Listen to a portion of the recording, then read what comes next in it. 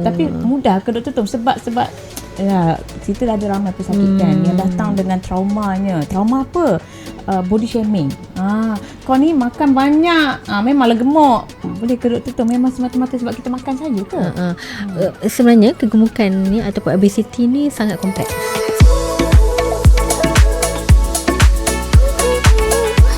Assalamualaikum warahmatullahi wabarakatuh. Saya Dr. Hidayah. Dan saya Dr. Tun Fatimah. Kami berdua daripada Maya Klinik Kuantan. Bersama kami di episod yang ke-6 dah, iaitu tajuk podcast kita ialah Maca bersama Mia. So Alhamdulillah, pejam celik kita sampai ke episod yang ke-6. So insyaAllah hari ini kita akan bercakap tentang perkara yang saya rasa sangat relevan pada masa sekarang, dan semua orang nampak sebenarnya apa yang berlaku di Malaysia. Cumanya sama ada nak kita kata menerima realiti ataupun tidak sahaja. Betul. Kan? Apakah masalah itu? Mungkin kalau perubatannya mungkin boleh guess lah kan. Masalah itu dah banyak data menunjukkan 1 daripada 2 orang di Malaysia ini ada masalah berlebihan berat badan / kegemukan, obesity. Jadi kita akan rungkaikan cerita-cerita tentang apa yang pengalaman kita yang kita hadapi dan pengalaman kami sendiri menggunakan rawatan-rawatan yang ada lah. So walaupun kita kata permasalahan tentang berlebihan berat badan ini kita nampak macam biasalah doktor, semua orang pun lebih berat, especially kalau kita datang kat klinik wanita ni kan. Itu dah bukan anak pinak doktor. Biasalah naik berat. 4 dengan anak 1 biasa, mestilah anak lebih besar. Benda tu tidak biasa dan kita tidak boleh biasakan. Dia sebenarnya apabila kita bercakap tentang kegemukan ataupun berlebihan berat badan lah, tak sampai obes lagi, ia telah meningkatkan beberapa risiko penyakit lah. Ya, kan? Betul. So kami sebagai pengamal perubatan sepatutnya kita datangkan kita kata rawatan ataupun saringan lebih awal kepada pesakit sebelum penyakit-penyakit ni datang. Betul. So dalam kesihatan primer ataupun primary care ni sepatutnya kita go for prevention dulu ya Dr. Tom. Betul, kita akan dan kebanyakan masalah ni akan terkait ataupun penyakit yang Dr. Hidayah cakap tu seperti kencing manis, darah tinggi, satu kita panggil OSA ataupun sleep apnea, di mana kita berhenti bernafas dan risikonya adalah untuk pergi jantung dan darah tinggi. Itu mainly memang kena disebabkan oleh kegemukan. Masalah lain apa? Lutut kemudiannya. Sebanyak masalah akan datang, jantung dan sebagainya, 3 serangkai, 5 serangkai, whatever.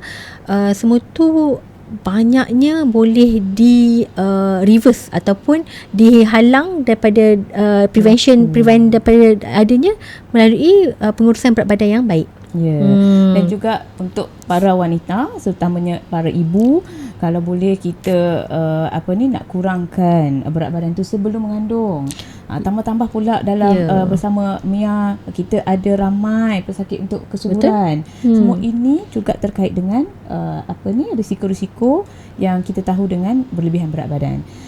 Tapi mudah ke Dr. Tom? Sebab kita dah ada ramai pesakitan yang datang dengan traumanya. Trauma apa? Body shaming. Kau ni makan banyak, memanglah gemuk. Boleh ke Dr. Tom? Memang semata-mata sebab kita makan saja ke? Sebenarnya kegemukan ni ataupun obesity ni sangat kompleks. Dia punya sekarang lah baru kita faham kenapa ada kegemukan itu berlaku, especially di Malaysia. Banyak sebab, antaranya hormon, of course kalori intake yang lebih, dan kurangnya apabila berganti zaman ni, kita lebih kurang bergerak dan kita banyak gunakan public transport yang tak perlu banyak bergerak, kereta contohnya. Kita dah kurang berjalan, kita dah semua benda pun kita tak perlu ambil, semua ada remote dan sebagainya kan.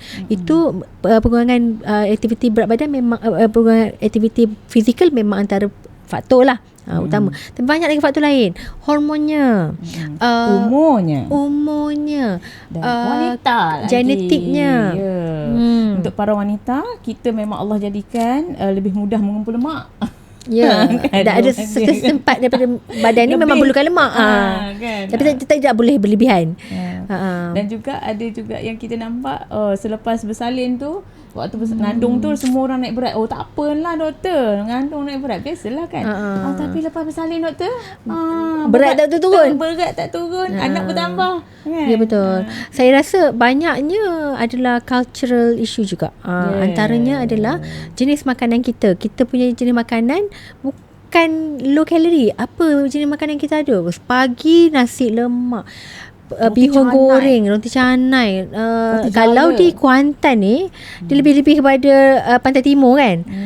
Dia macam apa, nasi belauk, nasi dagang, nasi kerabu, nasi. I think that one kita perlu acknowledge kot permasalahan ataupun kekangan itu, tapi kita boleh juga sedar dan kita kena stop there. Mungkin daripada generasi kita lah kita kena stop makan nasi di waktu pagi. Kalau nak makan nasi boleh, cuma mungkin lepas tu kena bercangkul lah kot Dr. Tom. Buat macam atuk nenek kita dulu bersawar, mencangkul, apa lagi? Penggunaan tenaga pengambilan tu kalori itu berkadaran dengan penggunaan tenaga yang dikeluarkan. Betul. Makan pulut semua boleh pagi. Tapi kena macam orang dulu. Tak naik kereta yang kaki macam tu. So kena bakar. Satu. Yang keduanya adalah cultural issue juga apabila kita menormalisasikan kenaikan berat badan dengan pertambahan anak. Kan? Yelah, dia macam bukanlah kita kata nak kata alasan, tak dinafikan sesengah wanita memang waktu mengandung tu mudah naik beratnya.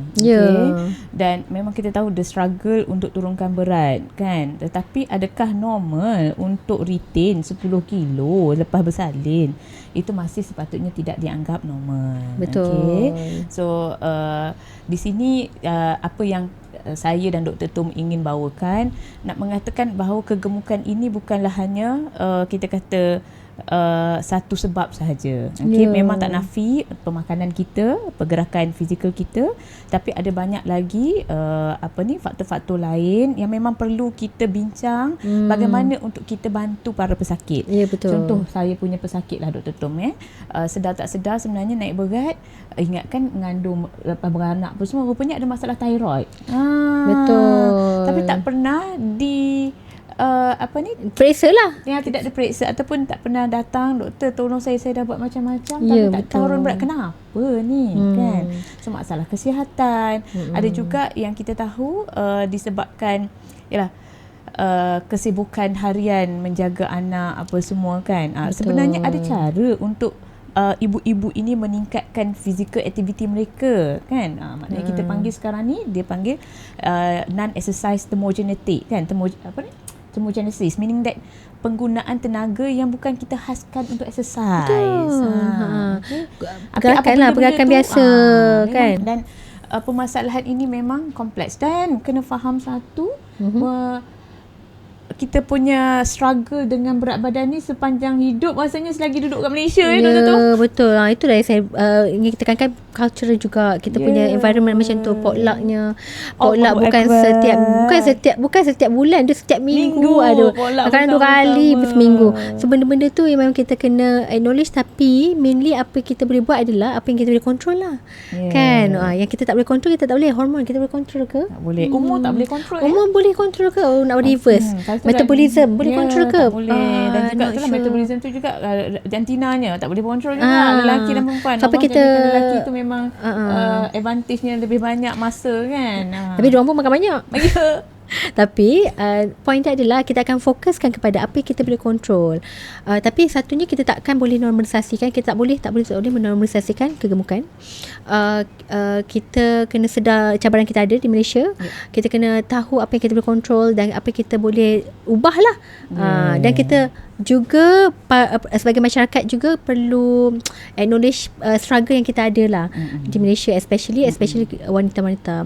Okay, apa yang mungkin Dr. Hidayah berikan contoh ataupun pengalaman sendirilah kan, setelah ada 5 orang anak, apa Dr. Hidayah rasa tentang penurunan berat badan selepas 5 anak, dan apa yang membantu untuk naikkan untuk turunkan berat badan selepas, especially after the 5th one lah. Dari pengalaman saya sendiri, saya rasa saya punya motivasi adalah sebab saya dah umur 41 kan, nak masuk 42, anak baru umur setahun. Di sini saya dah nampak bahawa kalau saya tak turunkan berat, macam mana saya nak jaga anak? Nak kerja anak tak larat. Nak angkat anak tak larat. Jalan sikit sakit lutut. Betul. Okey. Dan nanti saya ada anak di mana umur saya 50 masih hantar anak sekolah rendah. 10 tahun. Ya. Maknanya di sini saya dah tahu saya tidak ada option lain untuk memastikan saya boleh jaga anak dengan sempurna selagi mana saya tak jaga diri sendiri. Satu kesihatan. Ya. Maksud kita kena jaga kesihatan untuk jaga family kita. Ya. So kita kena sihat dulu sebelum family kita sihat. Dan tak dinafikan apabila berlebihan berat badan ni dia jadi Mengah. Penat dia tu Allahu Akbar, tak boleh bawa bincang. Kan. So itu dah sepatutnya menjadikan satu motivasi. So selagi lagi ramai anak kita ada, sepatutnya lebih kurus kita jadi, supaya kita boleh pastikan kita sentiasa peningkatan sihat. umur tu tak boleh stop dah. Tak boleh stop. Yang kita boleh tak ada ubat makin muda. Yang ubat makin kurus boleh. Saja, tapi makin muda tak ada. So kita menerima dengan takdir Allahnya itu bahawa kita anak yang ramai, lahirkan anak pada masa yang agak tua, tapi option yang kita ada adalah memang kita kena jaga kesihatan. Exactly. Dan mungkinlah setengah orang kata, okey doktor, adakah sebab orang lain je? Tak boleh ke kita buat untuk diri sendiri? Obviously itu lebih baik. Ya, untuk diri sendiri, untuk supaya kita dapat lebih beri manfaat kepada orang lain. Jaga diri sendiri dulu. Yalah, apabila kita berlebihan berat badan ni Dr. Tom, satunya confident level tu kadang-kadang terkesan juga. Mental health. Betul. Tambah pula doktor kan. Turun berat badan jangan apa sakit. Tapi senang ke? Tak. Senang. So the reality is hard. It's hard. Lagi tua lagi susah. Exactly. And even kita yang sebagai doktor pun kita tahu dia bukan teori tu senang cakap dengan pesakit, tapi sebenarnya realitinya susah untuk maintain the right badan tu. Apatah lagi nak turun. What else did you do? Okay. So kalau macam saya, kita dah buat macam-macam. Kita dah exercise sampai lutut saya cedera lah. Sebab kononnya nak lompat sana, lompat sini. Hiking, turun hiking terus tak boleh gerak. Kaki tak boleh subhanallah. Tapi kita tahu kat situ, kita dah ada limitasi. Exactly. Dan saya faham dari segi pengalaman kita menjaga dalam di MIA, kita dah total lebih kurang dalam 400 orang Dr. Tom dalam kita punya klinik obesity. Struggle setiap orang berlainan. Tetapi adakah salah untuk meminta pertolongan dengan ubat-ubatan? Kita pada saya selagi benda ada, buat apa tak ambil. Benda boleh lebih baik sebenarnya apa yang kita ada. Dan sekarang ni alhamdulillah rezeki kita ada ubat kurus yang terbukti dan yang lulus KKM dan yang safe. Dan sebenarnya yang baru-baru ni, menunjukkan malah boleh protect our buah pinggang dan jantung dan hati semua. Jadi benda-benda tu membuatkan ubat ini bukan sahaja memberikan efek positif kepada berat badan, tapi lebih kepada internal juga. Kesihatan secara keseluruhannya. Ya, betul. Semua orang mungkin is already a hype. Apa yang kita cakap tentang Mounjaro lah, Wegovy lah, ubat-ubat GLP-1 kan, and lot. Apa-apa jenama pun boleh. Tapi pada saya, jika anda struggle untuk turun berat badan setelah mencuba macam tidak sampai lutut ni lah meniscal injury, kena follow up dengan injury. Suami Dr. Tom lagi sebab lutut tu tak hilang. Macam kita dah cuba dan kita ada kesedaran, of course it's okay to ask for help kan. Sebab ada juga orang macam doktor segan datang sebab kita rasa macam macam cheat tipu, kan, tipu ke? Dia sebenarnya apabila kita memilih cara-cara ini, masih lagi kalau kita kata ikut guideline ya Dr. Tom, sebahagian besar adalah memang kita kena berikan pendidikan kepada para pesakit tentang lifestyle changes tadi. Betul. Aktiviti fizikal tadi, cara pemakanan yang betul. Sekiranya kita dah faham dua ini, dan ubat-ubatan adalah sebagai adjuvant ataupun tambahan. Nak kick off je gitu kan. Sebab again, bila kita dah bersama dengan para pesakit kita kata tadi struggle, ramai ada masalah. Macam saya juga dah cuba exercise, cedera lutut, cedera tapak kaki, apa semualah. Lepas tu doktor, macam mana saya nak bergerak, saya nak exercise kan. Okey, dia di sini sebab tu kita kata bukan salah nak datang awal ataupun lewat ke apa, tapi kena faham bahawa option itu ada. Okey, option itu ada, tapi adakah ubat ini a magic drug, Dr. Tom? Yes and no. I would say yes and no. Okay. Ubat ini, JP1 analog ni adalah satu jenis ubat yang memberikan dia sebenarnya menyamai ataupun mimik hormon kenyang kita lah dalam badan kan. Tapi hormon tu mungkin short term kat dalam badan kita.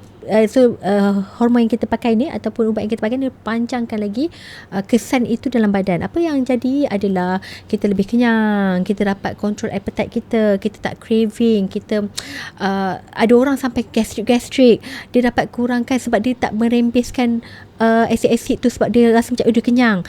Lepas tu ada orang sampai mental health sebab pemakanan tu ataupun yang manis tu memberikan euphoria, seronok. Sebab itu kind of like dia macam dadah juga, ketagihan kita juga. Telah dibesarkan dengan dalam situasi. Saya dan Dr. Tom kami adik-beradik ni, kami ni kalau jumpa makan dulu. It's a culture. Dia macam satu jumpa family memang kena makan. Kita raikan orang je kita pergi makan semua tu kan. It is associated with happiness. Yes. So benda tu memang indeed nak lepaskan tu memang macam kehilangan gitu kan. So benda tu sangat kita kena faham tentang realiti. So bukan Islam tu lah makan banyak kan. Tak, dia macam banyak, it's a complex situation for a patient. So banyak juga ada patient yang kebanyakan patient, I would say 90% or 80-90% memang dia orang dah cuba. Sebenarnya ambil ubat ni mahal. Dan usually they have done a lot of things. Dia orang dah pergi Muay, dah pergi hari-hari, dah jaga masuk makan, gym, dah bagi zumba sampai cedera je. Dah macam-macam dah orang pergi. Kadang-kadang dah intermittent fasting dah lama dah kan. Turun tapi stuck. Dan ataupun, kemudian datang motivasi tu 2-3 bulan boleh lah maintain Lepas 3 bulan tak turun ni nyampah aku. Lepas tu is it a wonder drug or a magic drug? For me, yes, it really helps. Yes. It really works. Tapi no, because once kita stop mungkin kita akan rebound. Number one.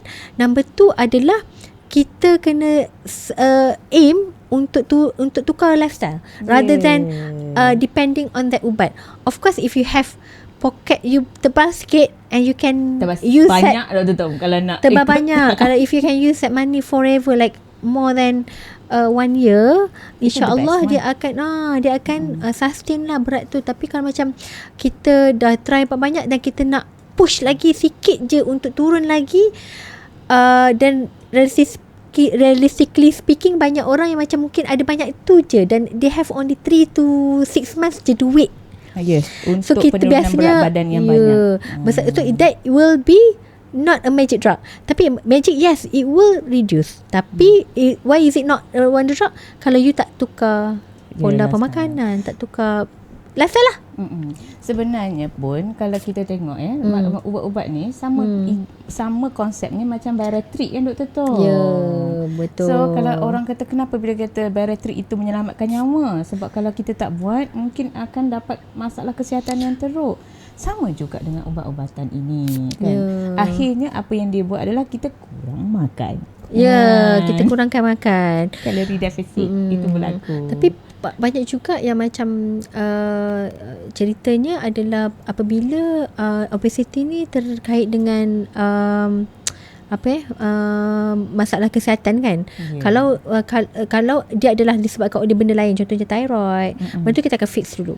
Tapi kalau masalah kesihatan disebabkan oleh obesity, dan obesity adalah the way to go forward sebenarnya. So, saya rasa ada satu salah faham di sini untuk kita kata masyarakat Malaysia lah, terutama orang Melayu kita, dulu kalau ikutkan perubatan ni kita akan pergi kepada rawatan penyakit. Maknanya kalau kecil manis kita Betul. rawat kecil manis. Dapat kecil manis dulu baru kita nantilah bila sakit nanti baru kita lawat.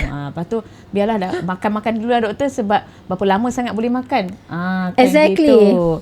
Lepas tu dah ada darah tinggi dulu, kena kita rawat darah tinggi. So sekarang ini dalam 2026 dan ke depan, kita harapnya kita dapat bantu merawat the root cause. Zaman sekarang is about prevention. A lot of things is about prevention. Obesity ke pap smear. Kita dah tak pap smear dah, kita dah HPV DNA. So pada lebih awal sebelum datang lagi abnormality tu. Seperti juga obesity sebelum datang. Banyak sekarang kita dapat obesity, obese, tapi doktor saya tak ada kencing manis dulu lagi. Kencing manis saya tak ada, darah tinggi tak ada, semua. Janganlah tapi tunggu ada. Berani potong kuku. Jangan tunggu ada baru nak dia akan datang. It's just a matter of time. Dia akan datang. Okay, so apakah pengalaman Dr. Hidayah sendiri? Both of us so dah memang pengguna. Kami berdua memang pengguna Mounjaro. Kita memang guna partly because we wanted to lose weight. Partly kita kita juga ingin experience the medication itself. Betul. Untuk apa yang diberikan. Apa pengalaman Dr. Hidayah? Okay. Dia satu lagi adalah saya rasa kenapa kami berdua ambil juga adalah family history kita sangat agak tidak memberangsangkan. Okay, mak dan ayah kami adalah dua pupu dan belah-belah dua-dua memang ada kecemasan, darah tinggi, jantung, semua cukup. Lepas tu gabung genetik kami. Allah. Betul. So kita tahu dah, again, it's just a matter of time before we get all those. Kalau kita tak manage kita punya kesihatan sekarang. Okay. Betul. So pengalaman sendiri bila kita on ubat. Okay. Masya Allah, is actually at ease rupanya. Okay, apa ubat tu buat adalah dia memberikan kesenangan dari segi bebanan kepala untuk menyekat hawa nafsu tu. Sebab dia macam tak sedar tau. Tak makan lagi. Macam tu. Dan kadang-kadang sepatutnya tak boleh juga macam tu lah, sebab kalau tak dia dapat side effect macam bloated and everything. Tapi di sini bila kita tahu masa untuk makan tu kita tak ada macam semua benda lalu depan mata, I want to grab everything. You boleh, dia tak stress. So you macam okay, what kind of food that I want. Okay, kalau macam dulu macam mana? Kalau tak makan ubat tu, kalau kita tak sempat tengok patient panjang kan, betul, tak sempat nak makan lah. Okay, what will happen then? Itu paling mudah kalau pergi ke TMG tepi klinik tu. Obviously beli air botol, air ni mamak sebelah. Okay, semua air manis, mi goreng mamak, okay, ayam readily available kan. Benda lagi satu lah, mungkin kita kena faham juga the availability of healthy food dekat Malaysia tu kurang. Yang tak healthy tu banyak. Maka memang nak mudah ambil adalah benda yang yang tak healthy tu lah, sebab betul, sentiasa ada. Dan memang sebelah klinik mamak, bukan kata semua makanan tak bagus, tapi yang tak bagus tu yang sedap dan cepat. Sebelah sana kita ada kedai runcit TMG. Mana di situ lagi lah roti with kaya and cream butter lah and whatever. And unfortunately pada masa itu apabila kita sudah lapar, memang makan itu yang lebih menarik dan cepat. Takkanlah macam tengah lapar gila-gila tiba-tiba okeylah nak makan mangga. Kau rasa ada masa nak potong? Tapi apa berlaku kalau bila dah makan ubat tu? Dah ambil ubat tu, bila dah start on medication, yes, you rasa lapar tapi you tak ada that hunger pangs tau. You tak rasa yang betul. It's allow me to think. Mana kita boleh fikir dulu sebelum kita ambil apa makanan kita.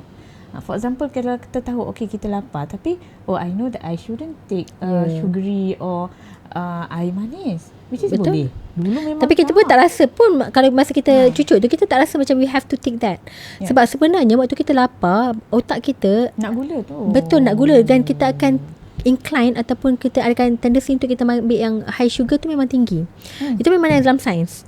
Tapi dalam bila kita ambil ubat Mounjaro tu ataupun whatever lah ubat kan, kita rasa macam kita boleh hold dan kita boleh pilih untuk makan yang lebih berkhasiat dan pada keadaan yang sikit. Dan terus tak perlu banyak pun untuk rasa itu pun sebab kenyang. bukan sebab lapar lah sebenarnya. Sebab kita tak rasa lapar, tapi we know that we have to eat kan.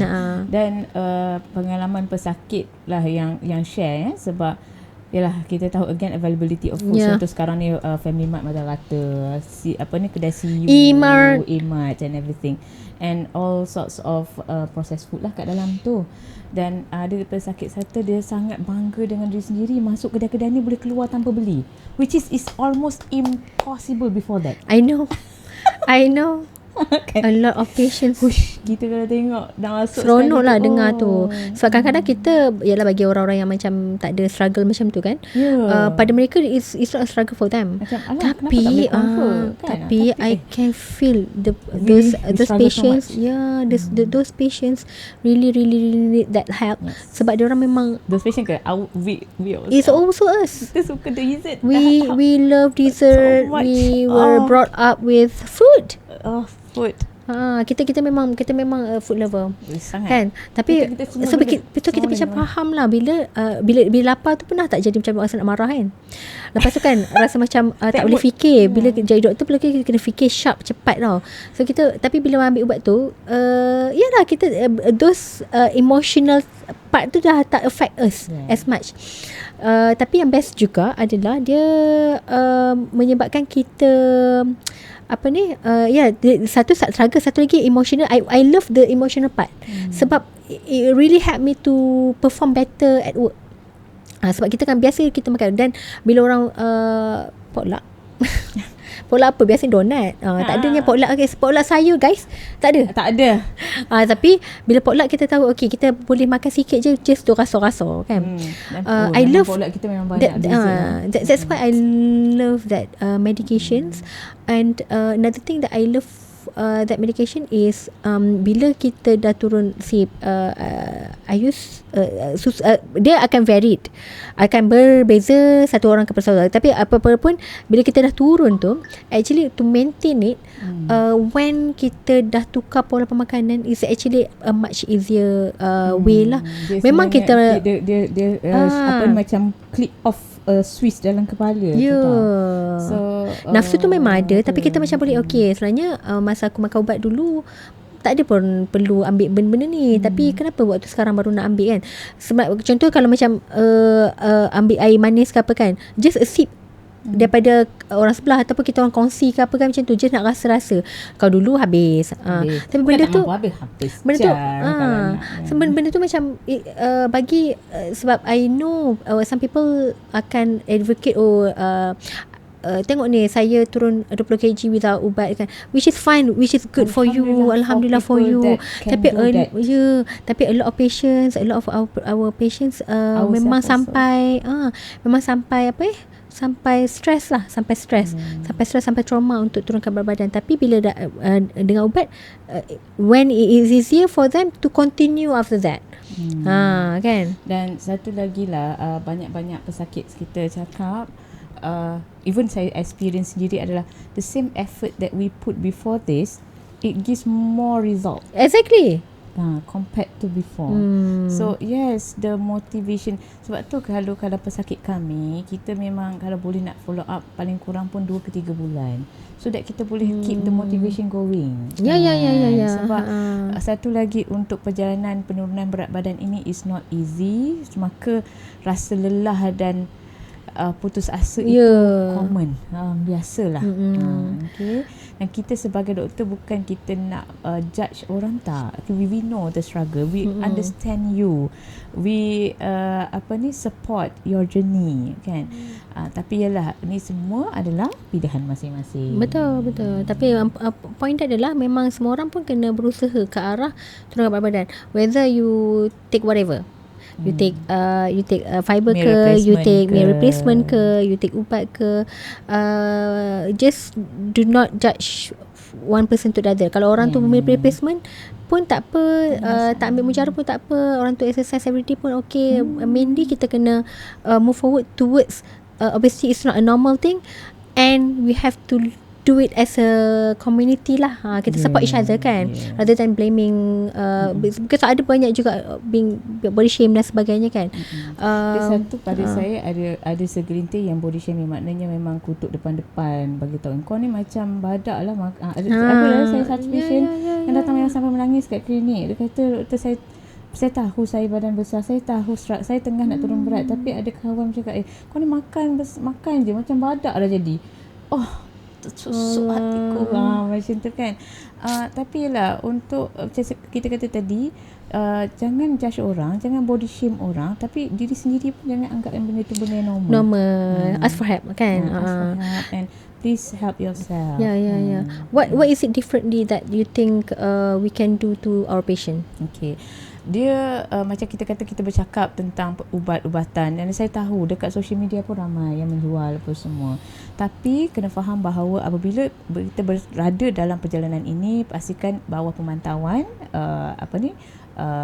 pengamal perubatan, untuk pastikan tidak ada side effect. Bukan kita kata ubat ni macam kata tadi is a magic drug, but is it untuk semua orang? Not really. Nope. Ada benda yang kita tengok, ada benda yang kita kena saring juga. Dan juga kena faham, kalau kami di Mia Clinic, kita cuba buat obesity clinic kita ni lebih holistik. Ya betul. Kita macam of course it is a wonder drug kan. It's a wonder drug. You are going to lose. You're going to lose. With or without the dietitian or the pegawai sains sukan. Tapi kita tahu, dan dia akan ada risk of rebound, dan penurunan berat badan tu tak as good kalau you see dietitian and pegawai sukan.